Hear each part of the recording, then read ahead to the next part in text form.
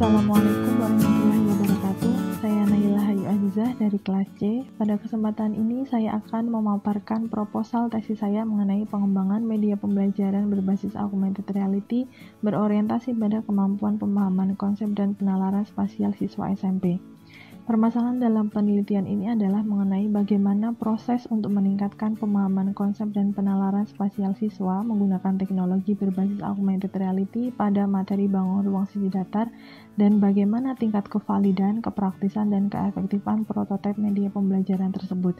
Mengingat bahwa dalam pembelajaran saat ini, terlebih pada saat pandemi, siswa kurang memahami konsep dan kurang berlatih penalaran spasial dalam materi geometri. Hal ini disebabkan karena siswa merasa kesulitan sehingga pemahaman konsep dan penalaran spasial mereka terbatas. Salah satu solusinya adalah dengan menggunakan media pembelajaran yang dapat memfasilitasi siswa untuk belajar dari rumah, memberikan pemahaman yang lebih dan melatih penalaran spasial bagi siswa. Melihat pengalaman pada saat pelatihan guru di SMP Negeri 1 Mungkit mengenai pembuatan media augmented reality, maka dalam penelitian ini penulis ingin mengembangkan prototipe media pembelajaran berbasis augmented reality untuk kelas 8 agar mudah digunakan untuk memahami konsep dan penalaran spasial pada materi bangun ruang sisi datar. Prototipe ini akan diuji kelayakannya dengan kriteria kevalidan, kepraktisan, dan keefektifan sesuai dengan standar yang telah ditetapkan sehingga layak digunakan untuk proses pembelajaran. Dalam penelitian ini menggunakan mixed method secara embedded design. Metode utama yang digunakan yaitu metode penelitian kualitatif untuk mengembangkan suatu prototipe produk berupa media pembelajaran berbasis augmented reality pada materi bangun ruang sisi datar, sedangkan metode penelitian kuantitatif digunakan untuk mendukung data, terutama penilaian terhadap prototipe yang dikembangkan. Model pengembangan dalam penelitian ini adalah model pengembangan ADDIE.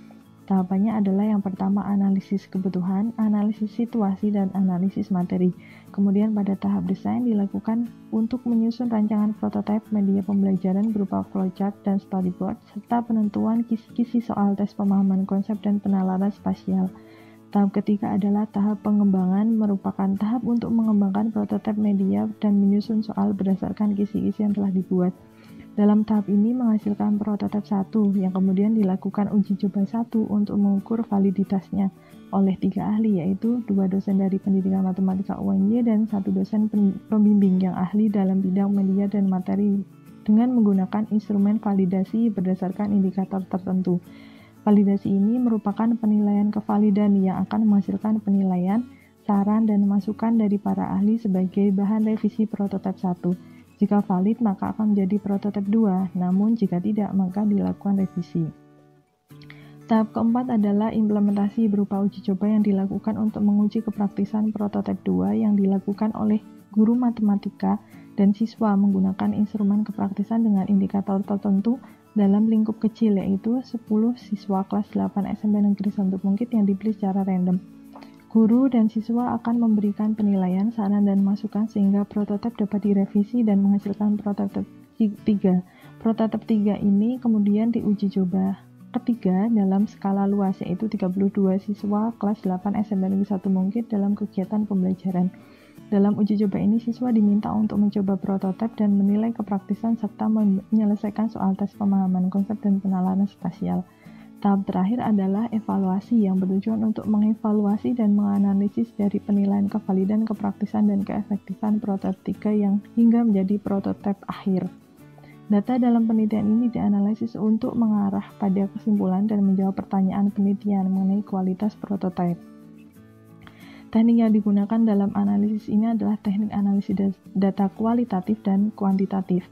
Teknik analisis data kualitatif diperoleh dari data berupa komentar dan saran oleh para ahli secara kontinu sebagai bahan revisi, sedangkan teknik analisis data kuantitatif digunakan pada data yang diperoleh melalui penilaian dari lembar validasi oleh para ahli, angket penilaian kepraktisan oleh guru dan siswa, dan hasil tes kemampuan pemahaman konsep dan penalaran spasial.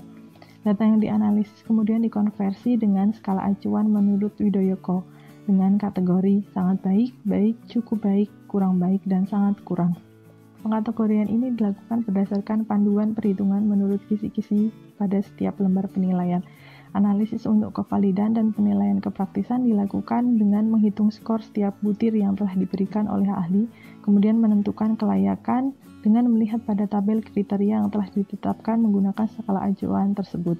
Hasilnya dikatakan layak jika minimal dalam kategori baik, sedangkan analisis keefektifan dilakukan dengan mengecek terlebih dahulu kebenaran jawaban siswa dari tes yang telah dikerjakan dan menghitung total nilainya, kemudian menghitung persentase ketuntasan belajar siswa.